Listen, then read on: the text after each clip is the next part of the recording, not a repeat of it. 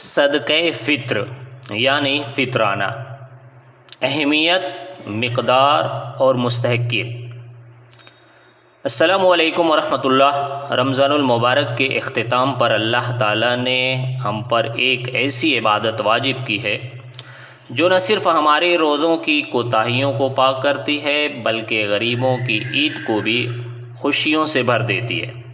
جی ہاں، ہم بات کر رہے ہیں صدقہ فطر کا یعنی فطرانہ کی، جس کا تذکرہ رسول اللہ صلی اللہ علیہ وسلم کی صحیح احادیث میں تفصیل سے ملتا ہے۔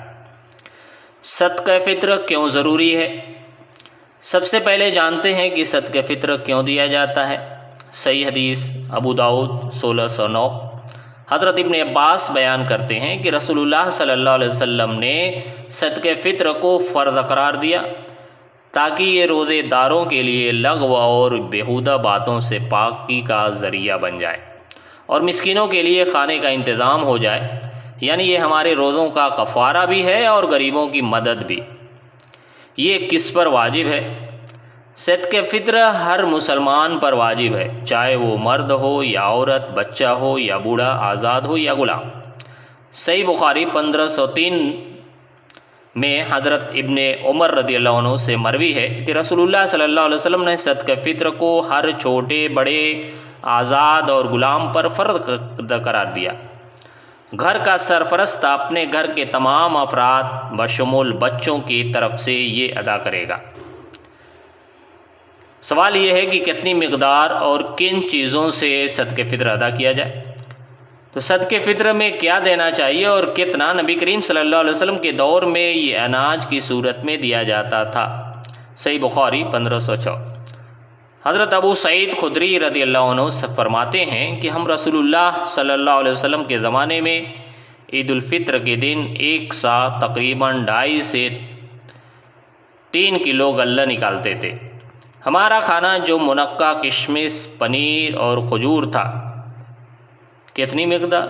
1 سا، جدید وزن کے مطابق تقریباً 2.5 کلو گرام۔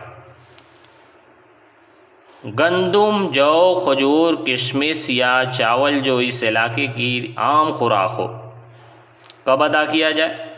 فطرانہ کب ادا کرنا چاہیے؟ بہترین وقت عید کی نماز سے پہلے ہے۔ صحیح بخاری 1503۔ آپ صلی اللہ علیہ وسلم نے حکم دیا کہ صدقہ فطر لوگوں کے نماز عید کے لیے نکلنے سے پہلے ادا کر دیا جائے، البتہ مستحقین تک پہنچانے کے لیے اسے اس سے 1 یا 2 دن پہلے بھی دیا جا سکتا ہے۔ یاد رہے، اگر نماز عید کے بعد دیا تو وہ عام صدقہ شمار ہوگا، فطرانہ نہیں۔ کون مستحق ہیں؟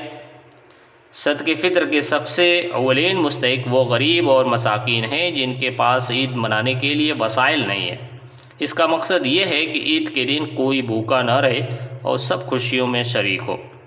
دوستو، کوشش کریں کہ عید کی نماز سے پہلے اپنا اور اپنے اہل خانہ کا فطرانہ ادا کر دیں تاکہ آپ کی یہ عبادت قبول ہو اور کسی ضرورت مند کے گھر میں بھی خوشیاں آ سکیں۔ اللہ ہمیں صحیح معنوں میں دین پر عمل کرنے کی توفیق عطا فرمائے، آمین۔